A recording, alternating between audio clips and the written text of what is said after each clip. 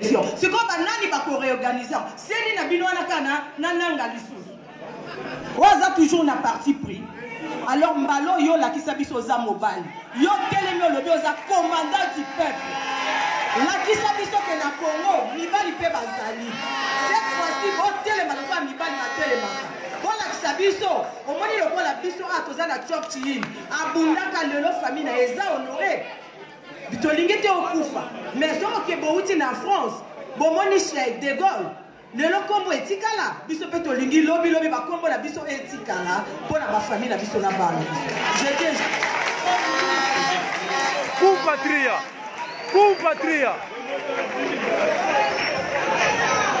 La patrie ou la mort. Tozo maloba ya mwana et tout. Kombo na e, kombo.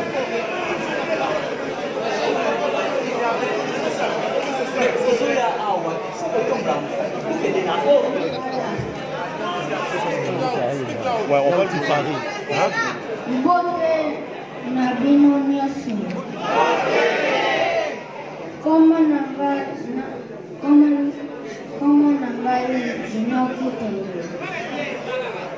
Fayulu président Eli Nazali na question ya kutuna yo.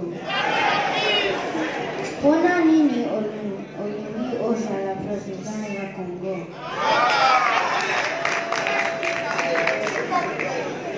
Sikoyo ndenge bache Félix Tshisekedi na Mokonzi na Kibokonzi. Pona biso tolingi soliment parler.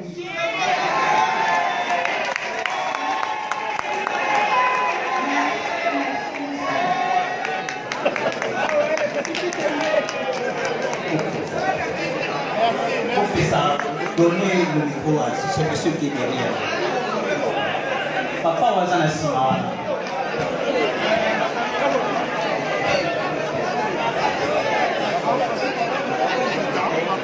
On doit redéfinir le combat, on est occupé.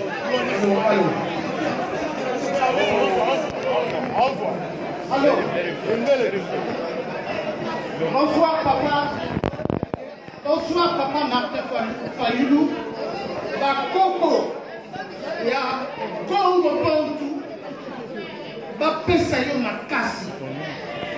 Comment nanga Georges Passy, le fils de Clovis Passy, l'un des grands commerçants du Congo-Brazzaville. Mon oncle, c'était Fulbert Youlou. L'abbé Fulbert Youlou, le premier vrai président du Congo. Et après, il y a eu Massamba Diba. Aujourd'hui, le Congo-Brazzaville vit des situations critiques. Mais nous savons d'où vient le problème. Monsieur le Président, aujourd'hui, j'ai un problème de cœur par rapport à l'époque de l'oncle le corrompu. On m'avait kidnappé, on m'a donné des coups par la police française des Blancs. Ma mère, c'est une blanche. Mais je remercie Papa Simon Kimbangu. Je remercie Patrice Lumumba. Parce que les ancêtres ont su mettre une maman blanche qui me met au monde. Je suis clair de peau, mais je suis un guerrier dans tout. J'ai fait l'armée. Monsieur Martin Fayulu, il y en a assez. La communauté internationale se sont trop moqués des Congolais. Pardon, papa. Ce qui est au coquille, au Simba. Papa, Kala, papa, si. La femme congolaise. Oh, papa, Tana. Hein? La femme congolaise. Humiliée. Hein? Humiliée. Oh, papa. Bazo Salaboye, Bonanini. Sont des complices. Hein? On est en train de couper la femme congolaise. Bonanini. Est-ce que, quand Hitler a occupé l'Europe, hein, est-ce qu'on l'a fait sans faire? Mais pourquoi la communauté internationale le fait? C'est par rapport à la conférence de Berlin 1884-1887. Assez au jeu de la communauté internationale. Les Congolais doivent se lever, article 64, soulèvement populaire. Redéfinir les combats. Monsieur le Président, vous devez dire non. C'est par rapport à la continuité de Léopold II, le grand assassin, le grand génocidaire au Congo RDC. S'il vous plaît, Félix Tshisekedi. Hein? Félix alias Tshisekedi, Peter Hitler, n'est pas un Congolais, mais je dirais un Rwandais. Voilà. Un Rwandais tout petit. Il est temps que les Congolais les détachent. Il est temps qu'on se lève. Monsieur le Président, je vous demande, hein? Il est temps, et les ancêtres, moi les ancêtres me parlent. Ils ont dit, si vous donnez la main à Félix, vous serez un homme vivant empoisonné. Et ne donnez pas votre main. Que Dieu vous garde. Merci. Merci.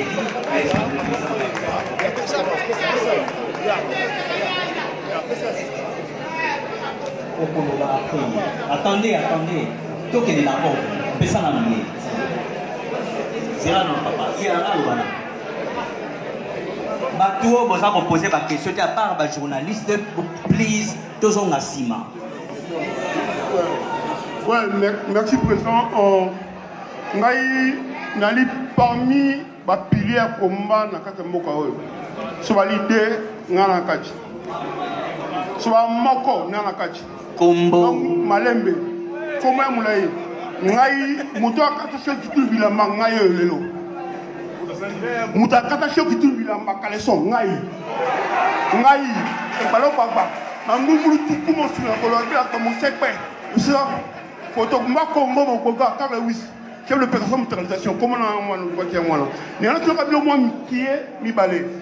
Est-ce que toko bandaka juste que non totalement la victoire les îles ou soit to créer opposition moko grave autre ko bengana Kabila na Chilombo Bakende. Merci.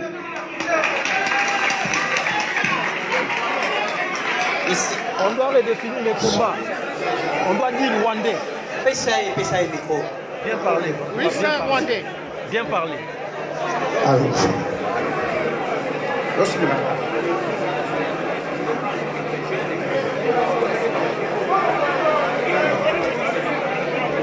La plus charge, hein. Et il charge.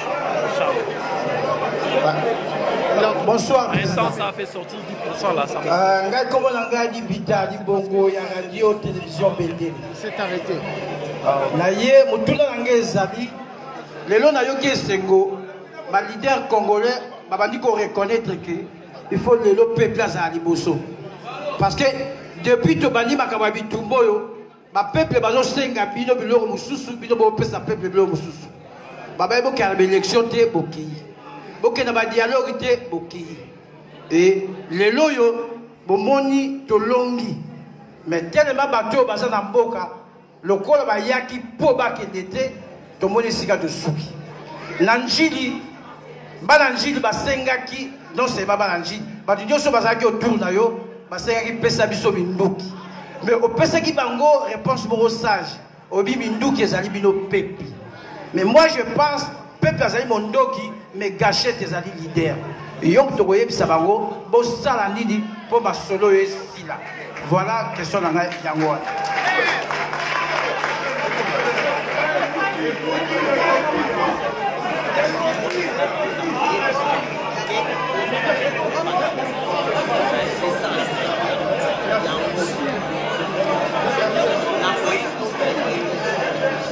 Bonsoir président.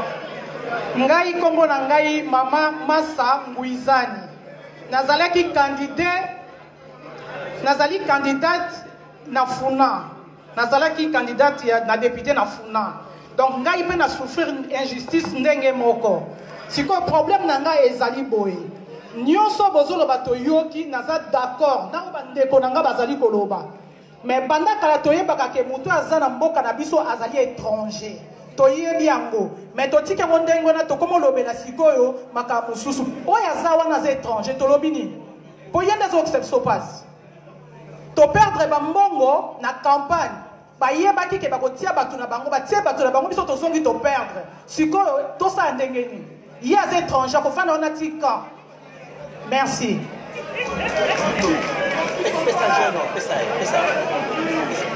Ok, toujours pour dire par l'amour pour répondre plutôt Kati.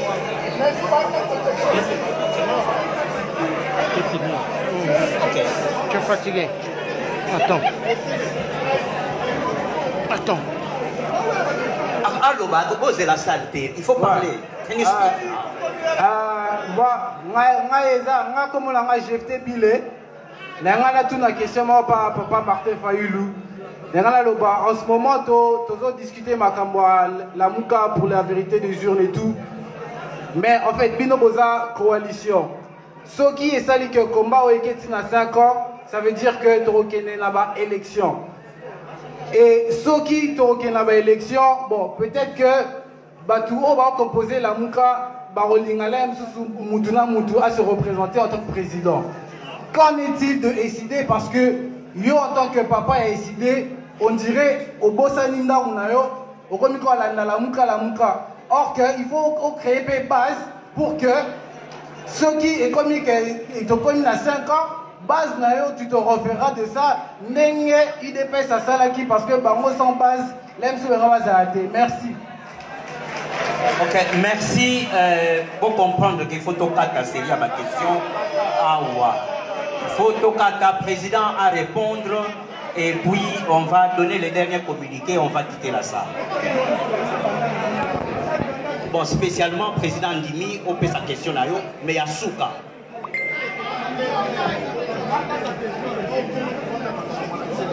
Ok, hold on. Welcome, Mr. President Martin Fayulu. My name is Bibish Makanga, and my question is for today. If you have an opportunity to lead the DRC, what are you planning to help the Congolese youth overcome unemployment? What is the provision of your program? And has in place to help small business and particularly young entrepreneurs like myself. I just launched my own business as a young entrepreneur, bringing cosmetic business, perfume and other brands. But what is a privilege for young people who are in UK or Europe? What is the opportunity for us to, one day that we can return to Congo and build our own enterprise? What is there for us, young entrepreneurs? Merci. En tout cas, on t'a obligé de toquer. Pour ça, l'Union s'est posé question. Nous avons obligé de toquer.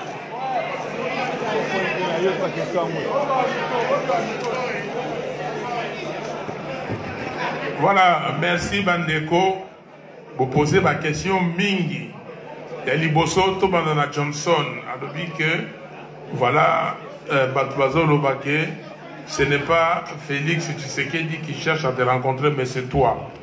Mais Balobanabino n'est pas Iwapi. Ngai na loka ki tokutana. Batunaye baya na kena New York na États-Unis na Washington baye batu balobi ba américain na ba congolais mususu ba wuti yawa. Ba wuti na Paris, na Londres baye na binon. Ce n'est pas le moment il y a rencontre. Donc je n'ai jamais cherché yakokutana na Félix Tshisekedi. Na lobité ndenge loba Rochero eba ngomba na ngomba bakuta na te moto c'est la moto bazali na nzela ya kotambola boye biongo moto na moto tokokutana bakutana mais là je n'ai pas cherché total la makambo tozali ya totana combat ya vérité des urnes tout ça na combat ya peuple à soi souveraineté na ye peuple a recouvré victoire. Alors, au lobby, Makambo Union Sondengi Tozoko Kende Awa. Est-ce que ce n'est pas la balkanisation? Mon frère, vous avez raison. Mboka na biso ezali na complot monene basaleli yango. Na lobakango mingi peut-être boyoka kate mémoire pesa na kamso sélective. Bozio bolingi koyoka botiango bokangi yango oyo bolingi koyoka te botiki na loba na belela na loba ke Kabila azali moto oyo azali na mission ayaki na mission ya ko déstabiliser Congo. Mission na ye ezali ya ko affaiblir Congo. Ce qui affaiblir Congo bakati ndambo moto na moto azui ya ye. Oyo kuna Ituri ce qui moto nani azui. Affaiblir Est oyo kozwa azui. Ça je l'ai dit et je le répète. Na kota assemblée na loba yango donc ezali kambo ya kobomba te. Ozali botanga livre moko bakoma ba congolais bakoma la République démocratique du Congo face à l'implosion et à la balkanisation. Ce n'est pas une blague. Ce n'est pas une blague. Bazoé Kabila bakomi ba gouverneur ya Tanganyika. Est-ce que ça blague? Donc ba plan ezali ya ko affaiblir Est wana nyonso lobi oya kozwa. Donc ça ce n'est un secret pour personne.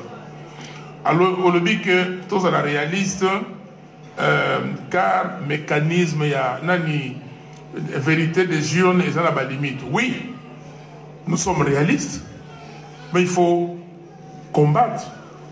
Les combats à des étapes, il ne faut pas brûler les étapes. Les Algériens ont bouté Bouteflika dehors. Les Soudanais viennent de bouter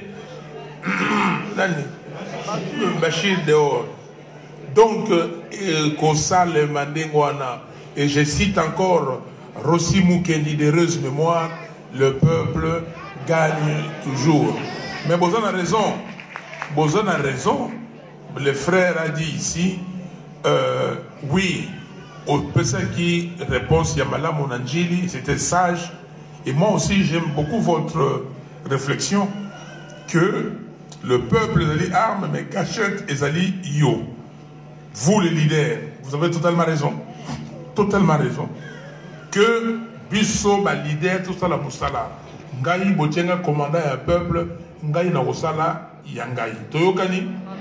Donc, vérité des unes, tout ça, au Koba, et Bima. Mais ce qui est limité, tout ça, ce qui est limité, tout ça, là, Nini. Le peuple. Donc, mon frère, vous avez raison. Tous les que continuer les combats n'est pas encore terminé. Bato Bagorbo Fayoulou Keba Baokangayo, je n'ai pas peur de ça. Les Kambouana donc Nazali peuple qui décide. Oyo Kuna Bachir Bakei, Oyo Bouteflika Sali Bamboula Nambula, les gars qui 5e mandat. Peuple a le binaye que Toboyi na motema moko. Donc la peuple congolais a boyi na motema moko. Ndeko Jean-Marie Zahir Télévision. On le binanga que bomonaki programme nangaïté. Yango na bimisi pour critiquer. Peut-être bomonaki c'est la programme yango. Ezali na bokota www.martinfayoulou.net. Beaucoup pour les jeunes gens, for the youth, les programmes ils investir dans les citoyens pour développer la RDC.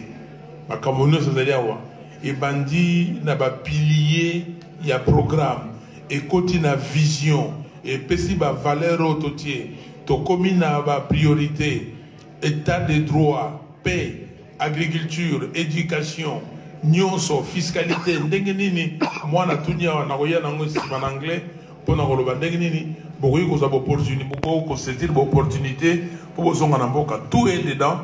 Ceux qui au quotidien internet, au komona ngo tanga yango et puis toko solo là. Mais j'aime beaucoup aussi Ndengolo Biawa, Félix Alobaki que Basali 37 ans, Bango, il y a Nini, il y a UDPS, Sikoyo, ils ont été payés.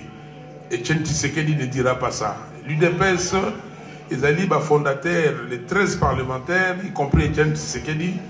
Je ne pense pas qu'un seul parlementaire dans les 13 là, Azaï Kozela Makambo ba foutaye, Makambo Asale Nengi Bolobiawa, est-ce que Kimbango ba foutaye? Est-ce que Lumumba va foutaye? Est-ce que Kassavou va fouta bango? Ba oyo nyon so ba bunda et tumba na ba anonyme. oyo bakufa bamonana te bafuta bango toza kobunda etumba ya mboka naza kobunda te awa po bafuta ngai d'ailleurs et je l'ai dit ici nani ntango na kovanda kiti ya kimokonzi oyo bapesaka président mbongo wana bakotiango na kese moko mpona kosala babola na kozwa yango te toyokani donc soki balobi ke salaire ya président soki salaire soki nini indemnité wana ekoyebana ezali te lelo boye ekoyebana bakoloba ke bon bakotia yango na kese boye sikoyo ntango na kolongwa balobi ke non baindemnité sikoyo lokola basala na bahollande wana akozwa boye la na bando kozwa mpo na retraite ok toyokani donc tozali wana te mpo na mbongo ya l'état parce que soko ovali na kiti wana kolia na yo kolata c'est l'état qui supporte moi kotia na poche non tokozwa te ekokende mpo na ko baservice sociaux alors bato wana balumumba bakasavubu bakimbangu nyonso oyo bakufa pamba te bakufa mpo na ekolo ndenge ndeko moko alobaki awa l'amour c'est un esprit.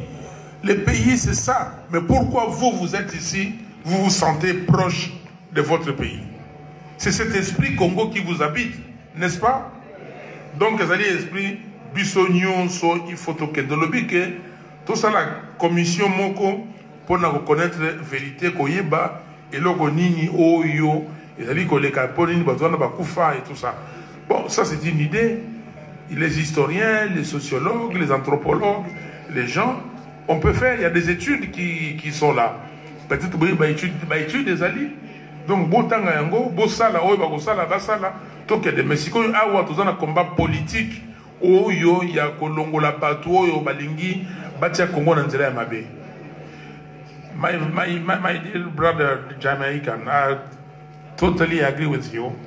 And you, ok, il a dit qu'il est l'ami de mon ami, parce que l'ami de mon ami, c'est mon ami, le professeur Julien Tchakoudia qui est là, il est là. Vous l'avez pas vu? Julien, maintenant.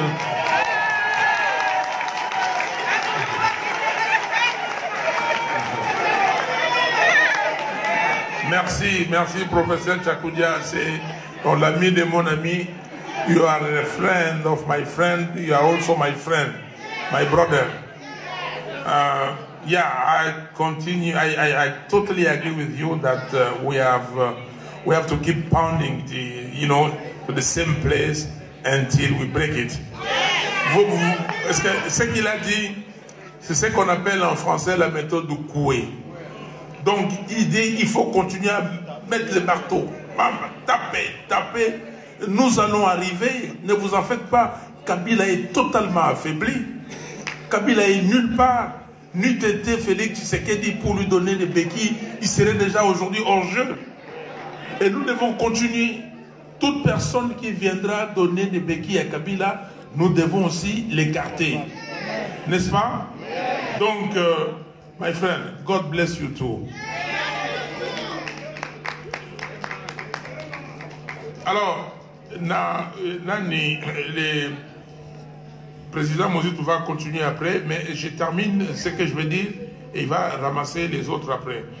Mon frère, Olobi Keo et Albaï Keo, Bozaliawa, ti Boko Kende organiser un dialogue, Bolobi Bola la Pongi à bébé, et Boyebi que dans le monde, dans mon kilio, il y a deux solutions. Il y a peut-être des solutions intermédiaires. Il y a deux solutions. La solution, soit vous faites le dialogue, vous trouvez compromis, vous suivez compromis. C'est une solution, oui ou non? Deuxième solution, soit vous avez un bitumba, vous avez une guerre, vous avez un soulèvement populaire, mais vous avez un article 64 qui est constitutionnel. Ok? Vous avez un Soudanais basali, vous avez un Algérien basali, vous avez un Tunisien basalaka, vous avez un Burkinabé basalaki. C'est constitutionnel. Donc, sikoyo, mais ceux qui bolingi, na ndenge ya malembe ya kimia, bosali dialogue, ceux qui vont gagner. Ok? Ceux qui batu balingi yangote, le peuple se prend en charge et il décide. Donc, il ne faut pas écarter les dialogues. Mais ndenge tolobi, il ne faut pas non plus tokanisa ke combat yango tokozango kaka na kimia ndenge wana tozu yango. Ezali combat de longue haleine. Oyo akokoka makambo te atika na ye. Yango na biso tolobi tokokele nango ti na suka. Ndenge toza koloba tokoya na suka na kozonga ya likambo elobi ya wandeko na ngai tango tokopesa proposition po boyeba proposition wana po ezate lobi bolo bao bake kuna kokabola ba poste non ceux qui ba poste ndesi tozwa na place ya Chibala bayi kolobela ngai zwa premier ministre na boya yango na motema moko.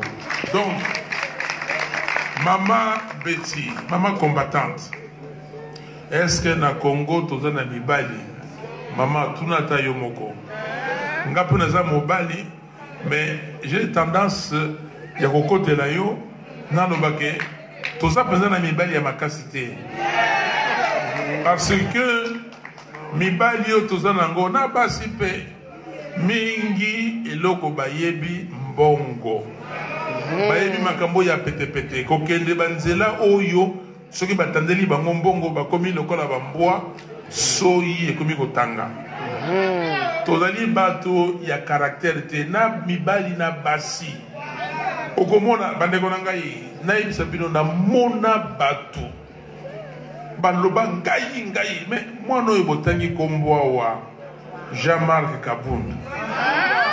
Non, moi Kabila ne peut pas me payer. Oh non. Bas la terre.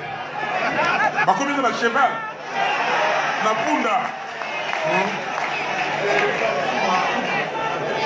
Ma commune de la punda. Ma lobo yozei koloba.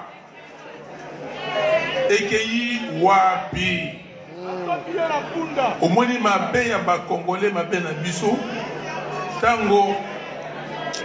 Mais Rochoro et Mongo Mawa Okolo Balikambo Oko Kanisate Lokola Mwana Mokeo Masangana Bakwiti Ekolo Bisayo Tikana Limbisayo Bomoni Gana Mwana Kisasa Poye Banzebo Wana Hein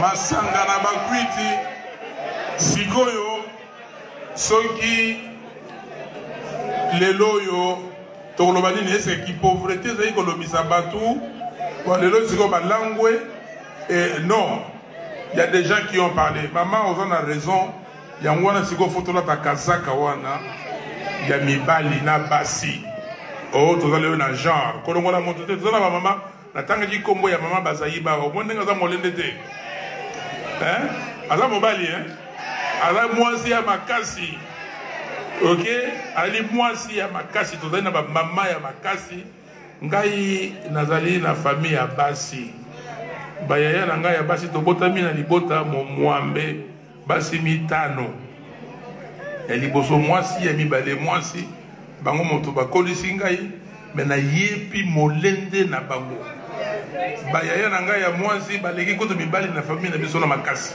donc basi boza makasi toyokani donc ba mibali oyo bazali na kati awa bayoki kolela ya mama ezali kolela balobi ke tozali lokola babolole tondima yango soki likambo eza komonana ndima yango tozali tolata sikoyo caractère Kabila yawa moto moko ayebisi nga na États-Unis alobi boye moto monene alobi me moto oyo tomonaki yawa ye lokola mbisi moko boye na kati ebale barequin bakomela ye mais sikoyo tomoni ye akomi komela na barequin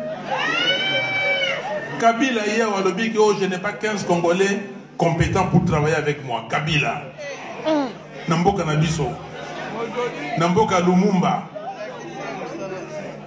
Est-ce que makambo taba franco basala ba mona makambo yo ndenge zo lekao bayiba banzembo non maman je crois que tous les hommes vous ont saisi, ils ont compris la portée de votre déclaration. C'est extrêmement grave d'avoir des gens qui n'ont aucun caractère, aucune personnalité. Il dit une chose aujourd'hui, il change. Non!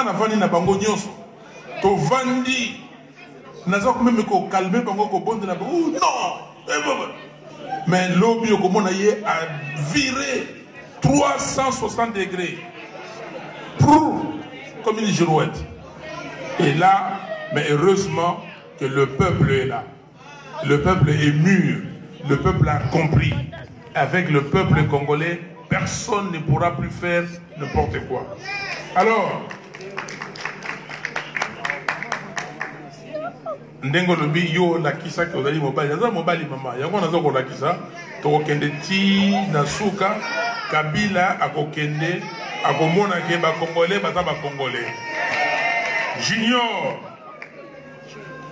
olobi na lingala ngape na ozonso na lingala po na nini olingi ozala président ya Congo mwana na ngai Koko li Koko nalingi nazala président ya Congo na komi yango awa nalingi nazala président ya Congo pona pesa na Congo ndenge mama alobi kuna valeur na pesa na Congo dignité ya mboka pe na pesa na peuple prospérité, c'est-à-dire peuple alia malamu alala malamu atanga malamu bana ya kelasi azwa soya santé ya malamu nalingi ete lobi Congo ezala mboka ya kimia un état de droit lobi na Congo to produire ba richesse to kona bilanga to sala makambo to sala ba industrie to tala pe to teka na mboka ba paya nalingi lobi na Congo to zala développement humain. Donc lobi Congo est compté comme un état normal. Le loyo, Afrique, ils en ont assez.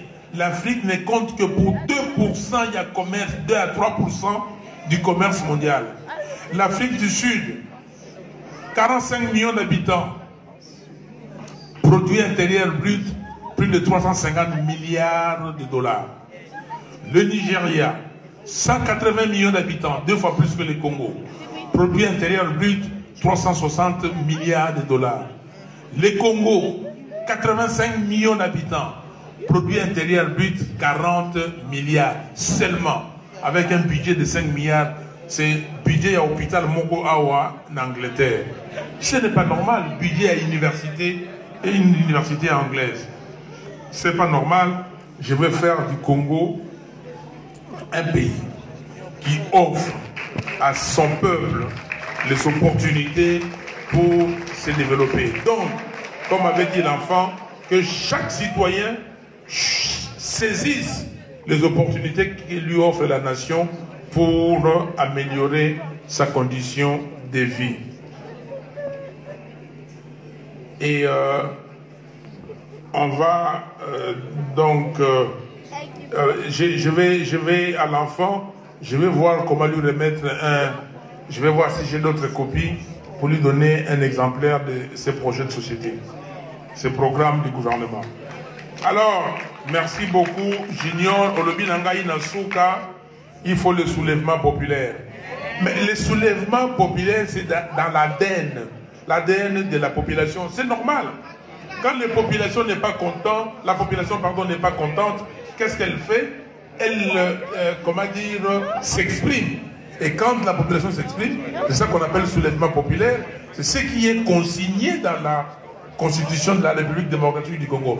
Et ça, c'est la langue de bois, c'est-à-dire les bombardements de ciment. Non, c'est normal que le peuple qui n'est pas content se soulève, c'est-à-dire qu'ils disent à ceux qui sont là, qui dirigent le pays, que vous ne pouvez pas, vous êtes incapables, vous devez partir. Georges Passy, mon frère congolais, vous avez dit beaucoup de choses, vous en avez assez, moi aussi j'en ai assez. Nous tous, vous voyez comment on a commencé la campagne, on continue à courir à faire des kilomètres et des kilomètres. Ce qui vont le dire, c'est qu'il y a totambola ndenge tozali awa sikoyo 10 km à pied pour aller kamamboka tokote le mangana bino tokotambola. Donc tozobunda pona mboka et je suis d'accord quand vous me donnez ces conseils de dire non à Félix Tshisekedi par rapport à la continuité de Léopold II. On va dire non. Nous ne pouvons pas continuer à voir comment dire, notre peuple souffrir. Et maintenant, Léopold II n'est plus là. Maintenant, c'est Kabila qui fait souffrir le peuple. À combien de richesses, 18 milliards de dollars, 22 milliards. Mais Azui Yango Wapi. Azui Yango Wapi. Et le qui même mes grands frères Nangaï Papa Weba. Bato Bayena Moussounia Bata, Tomoni Bangondenge Baye. Wellington Boot. 100 moins 1. Boyebi 100 moins 1. Boyebi 100 moins 1. Boyebi 100 moins 1 te. Sandal à Bata. 100 moins 1 parce que Barote Yango 99 francs. 99 francs 100 moins 1. Donc, il y a 100 moins 1 awa. Si Goyo, ma commune à fortune 18, 22 milliards de dollars. Non. On ne peut en aucun cas accepter ce genre de bêtises. Alors,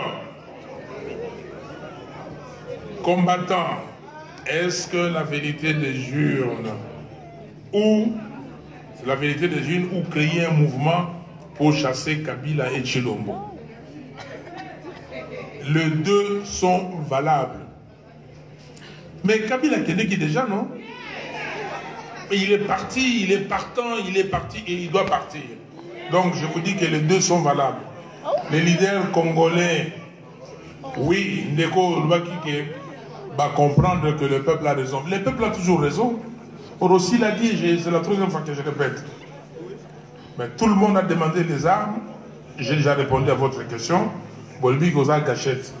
Chacun doit jouer son rôle et moi je jouerai le mien. Maman candidate, oui, n'a eu colère nayo.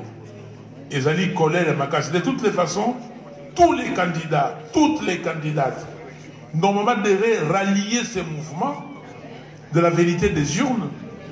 Parce que Makambo Nanga sali ko fabriquer bas résultat, les loyaux, moi si naye député, frère naye gouverneur. Mais tabino mogo. Mais tu connais mi bobé au benengeni. Moi si on a monté qui était pour na lemba, les loyaux pas banomé. Donc maman, toko kotika la boyete nengo lobby. Est-ce que toko zala kaka tout dit qu'à Kabila jusque quand? Non, il n'y a plus jusque quand. C'est maintenant à partir. Donc il faut nengo tobani makamboyo toke na moti na souka. José Bilé. Oui. Awa, la base. La base, c'est la base. Les idées, c'est les idées. Mais vous allez comme un peuple. Ici, Fayoulou n'est pas partisan. Oui, en tant que Nena parti, peuple, mais dans la famille. Maman Botanga, na tata, dans la famille. Mais Nazali, si on a les Kamboya Congo, en dégué politique, oui, la famille politique est là. Il y a les idées, il y a la dynamique, il y a l'amouka, mais il y a plus au-dessus, c'est le peuple congolais. Donc les idées continuent à se renforcer. Les dirigeants, il y a SID Awa, na UK Bazali, Bokomona Bango, Alingina Parti, mais Awa et Zali, les Kambo, il y a peuple, tout le peuple, c'est le Congo qui est à l'honneur. Alors, il y a the last one. How you want to help youth? Yeah, this program, I'll give it to you, but it's in French. Somebody has started to translate it in English. You know, you have program for diaspora. I've said that, for example, for the nationality, I want to come back with the two nationalities. We will tell everybody and pass the law in the House that each Congolese may have, if you want, a second nationality, except for those 9 countries surrounding Congo.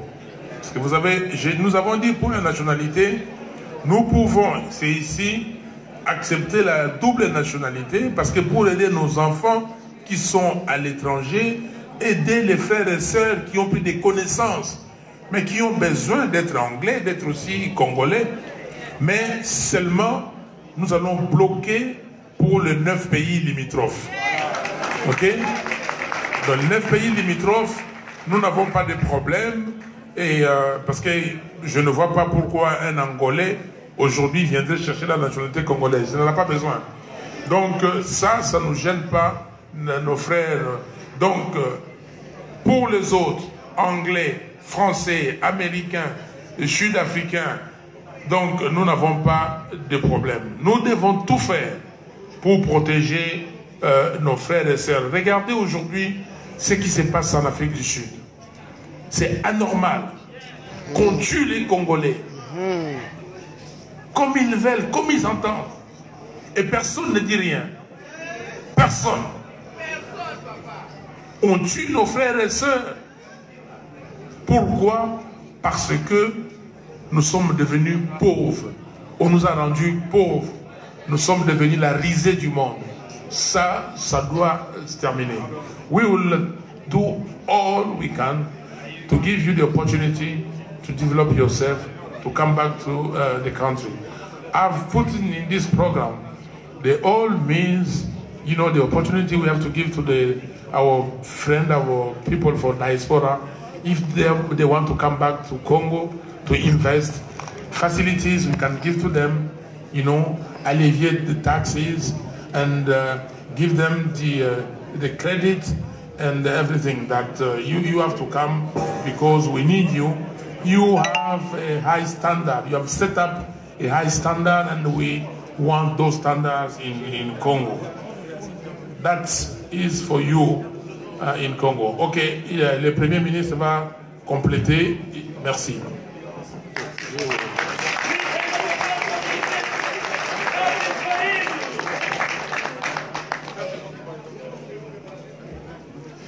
nalingaki napesa mwa commentaire moke na ndeko oyo autaki koloba awa que Félix na baninga na ye balobi te bokonzi oyo bazwi yali récompense to lifuta mpona bitumba na bango en faveur ya peuple congolais pendant 37 ans. Ezali maloba mabe pe ya mawa. Parce que ce qu'on saleli mokonzi, peuple aloka mokonzi te, ce qu'on saleli, eza ye peuple nde asengeli afuta yo, eza bongo te. Est-ce que awa ndenge baza wana peuple mutu afuti ye? Ebongaki azela peuple afuta ye, na banzi pe que peuple afutaki ye. Elin koloba oyo azwaki na o lamuka azwaki, soki to sanganaka, to na to zwa 80%. Oui ou non que alingaki azala récompensé. Ye alinde na ubaki mukomususu na kasa na États-Unis ngabi e ali mwana oyo ayibi fufu ya mama na ye. Mama bombeli fufu ya keke la sitangwa kozonga lokola na lokoso to aza impatient akei na mwa ramizweli fufu na ye na moyiba kolia na sima. To mwana musala ayibeli fufu apesi nzoka nde fufu ngo eza ya ye. Ye Félix na biso na Martin ba ki esika moko lutte pe ezaki esika moko. Donc alaki que la muka le quoi tozaki na ye ensemble na Genève surtout continuer à kozala ensemble azaki na responsabilité munene malamu ozwa muke na bosolo ezala pe ayo na ndenga malamu ke ozwa ebele me ayo te. Donc agi mutu moko azwa effectivement il faut dans la lutte IDPS et ça là toko wangana yango te IDPS ne bo mona pe ba militant na bango baza très actifs, ils font partie du peuple bobandi déjà ko yoka ba revendication baza ko porter les alliés déjà échantillonnage il y a revendication en population donc so babi ke ba futaki bango pona musala ba futaki bango te nde eza eloko moyibu ba pesi bango na mutu oyo abotoli yango na famille na emoko. Donc, ezali erreur monene. na lingi na commenter pe lisusu epai baninga bauti oloba awa ke mboka na biso e binemi baza na projet ya balkanisation. Mais balkanisation eza sous projet te ezali réalité. Est-ce que Congo na biso pouvoir central eza ko maîtriser côté ya Goma, côté ya Bukavu ainsi de suite bipa richesse makasi eze pa na biso. Est-ce que tozali ko gérer yango? Eza deuxièmement il faut boyeba que mboka na mboka ezalaka bo moko intégré ne balobaka géographiquement, économiquement, culturellement. Ce qui va échange entre les communautés, le roi biso pas na biso doit aller dans la province. Awa boyebi que madesu to pomme de terre ya Kivu et pas na so ki chassa to kokaroli en ponze les até. Soko kei na lituri, okei na bazuele, okei na otuele, bango basai la mboka mi baya ya ba voisin.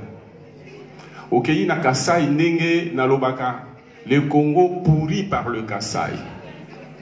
Parce que Kassai est allé intégré dans la province Moussoudé pour la nini nzela ezaki.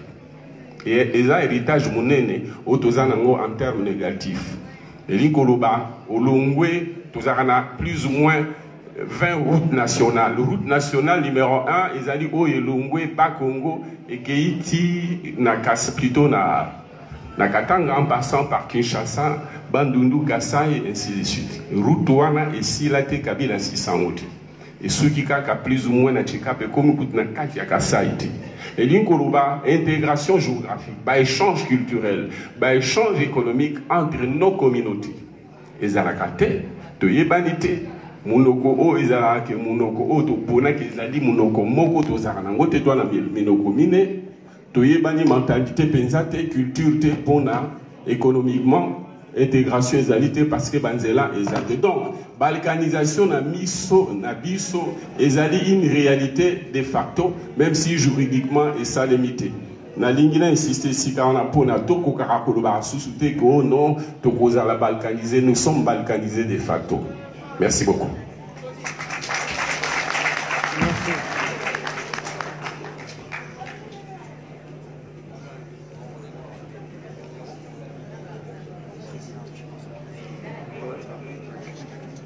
Tokomi na suka ya réponse à ma question, tozali na communiquer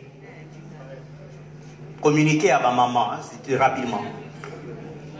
Boye, ma maman baye mardi le 16 avril à 17h30, baza na réunion na président Martin Fayulu. Bongo maman moko azangate, boya ebele po boyoka pe botuna mituna. Na sengi na ba mama ba le kapa na ba mama e pa iboye pa ba zo ba enveloppe na ba ko ba tia ba komo na ba numéro na bango boboto na adresse bobo salate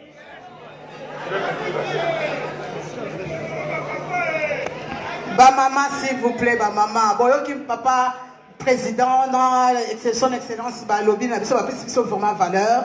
Tolakisa bango que vraiment toza ba mama ya ba femme de valeur. Alors ba enveloppe ezali awa. Tolingi ko sala eloko en ordre. Tolingi te ko surprendre président na kati ya salle, to ba poser ba question ndengwana. Tolingi président na son excellence le premier ministre ba se préparer na ba question. Alors toza na ba enveloppe. Mama o azana question, azwa enveloppe comme ça a commis question naïe. Avant lundi s'il vous plaît, tozu ba question no soto regrouper ngo, to tindeli bango comme ça ba se préparer. Les to kutana na salle et kozala to kozana tamingi na salle te tozaka na 2 heures et qu'on permettre bango baza déjà na ba réponse s'il vous plaît ba enveloppe za wa za na ba papier na kati ba stylo ya ngoyo maman nyonso aza prête na poser question azwa enveloppe. Merci mes sœurs, merci.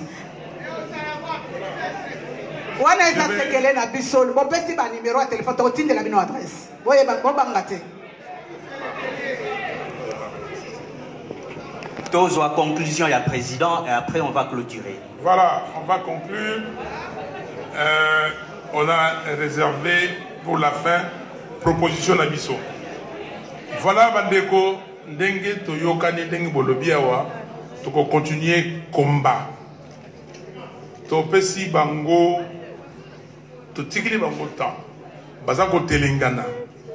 toke na état toke na bandaki to bandaki na Belgique toleki na France tokomi na Suisse tokei na États-Unis siko tozali awa na Angleterre tokutana na bakonzi oyo ya bino awa tolongaki tokutana na ministre babengi biso lobi ke na makambo ya Brexit bakangi parlement awa bango nyonso batindi bango bakende bapesi bango une semaine. Alors mais tokokutana na bato oyo bakonzi misusu yawa oyo batikali bakoyamba biso toyebisi bango boye que vérité des urnes pour nous ça reste la seule solution. Mais vérité des urnes ezali na deux volets. Volet liboso ndenge ba avocat na biso ya la moka bakendeki na cour constitutionnelle basenga ki ba recompter ba voix aussi ba PV ba recompter mais basali ba enquête ba monique ba PV ba procès verbaux mingi ba boka na mai ba tiango na fulu donc bazali nango lisusu te donc ekomi sikoyo très difficile ya ko recompter tolobi bon ce qui est difficile bomoni qui est difficile à recompter tokobanga te parce que peuple yé mokonzi. Deuxième volet il y a vérité des urnes tozonga naba élection ndenge Juan Guaido azali koloba na Venezuela refaisons les élections, pas simplement l'élection présidentielle mais toutes les élections. Bozoyo Kangai? Bozoyo Kangai? Oui. To bandela ba élection nyonso, c'est-à-dire présidentielle, législative nationale, législative provinciale, élection à ba sénateur, élection à ba gouverneur. Donc ba élection nyonso to bandela yango. Non, maman, nanga a kozala te, mais pour na kosala ba élection wana, il faut tout ça la ba réforme. Toyokani, réforme ya seni. Ndenge maman lobi nanga kozala te, nanga place na eza na prison.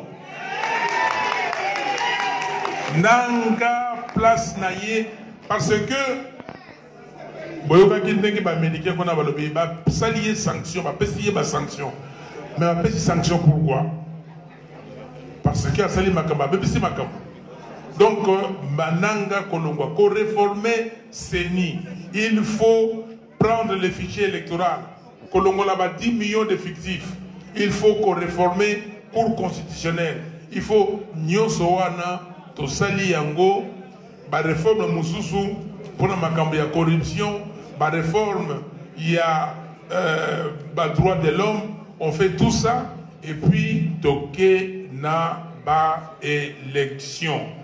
Est-ce que toyokani boyoki solution yango wana soki solution wana balandi yango te le peuple se prend en charge.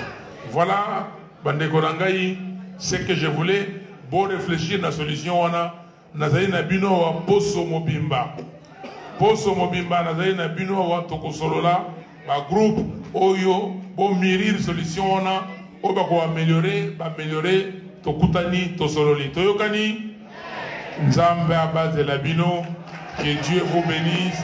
God bless you. Tokoyemba hymne national na respect nyonso avant tobimba s'il vous plaît tozo clôturer na hymne national et on va sortir d'ici. Et dans l'entretemps avant la clôture, Monsieur le Président, ici c'est le message venant de la communauté Sissi OK, communauté congolaise du Royaume-Uni réunie ici. On a préparé ce mot pour vous, à votre attention. Je vous remercie. L'hymne national maintenant, s'il vous plaît, Toko Téléma. Nabosani, s'il vous plaît. Lobby, na 14h30, président a assister, il est chrétien. il respecte sa foi. Lobby à cause de l'église catholique na Saint Mélitus côté à Finsbury Park na 14h30. Na 14h juste.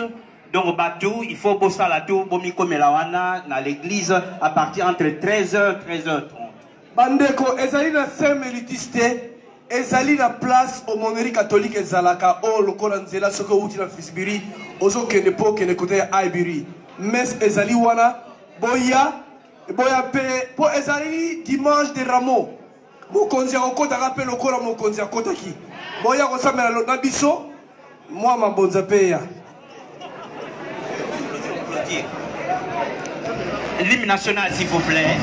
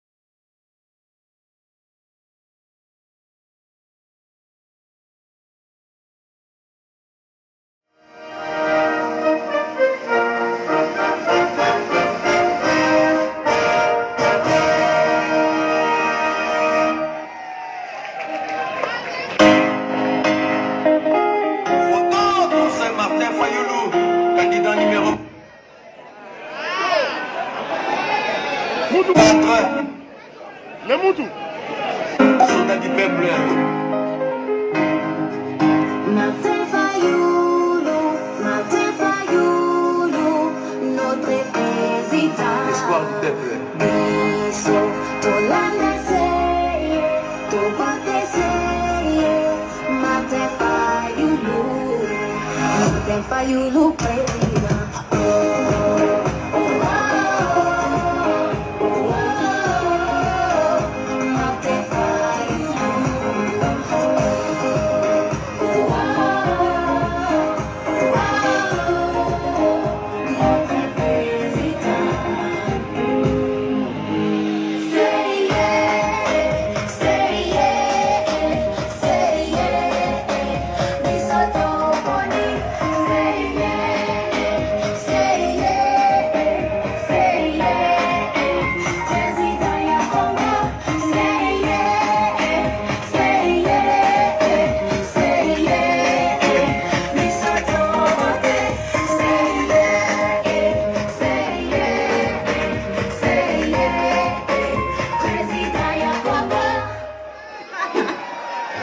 Merci. Autant pour ce Martin Fayoulou, candidat numéro 4, soldat du peuple. Martin Fayoulou, notre président. L'espoir du peuple. Biso, Tolanda Seye, Tokote Seye, Martin Fayoulou, président.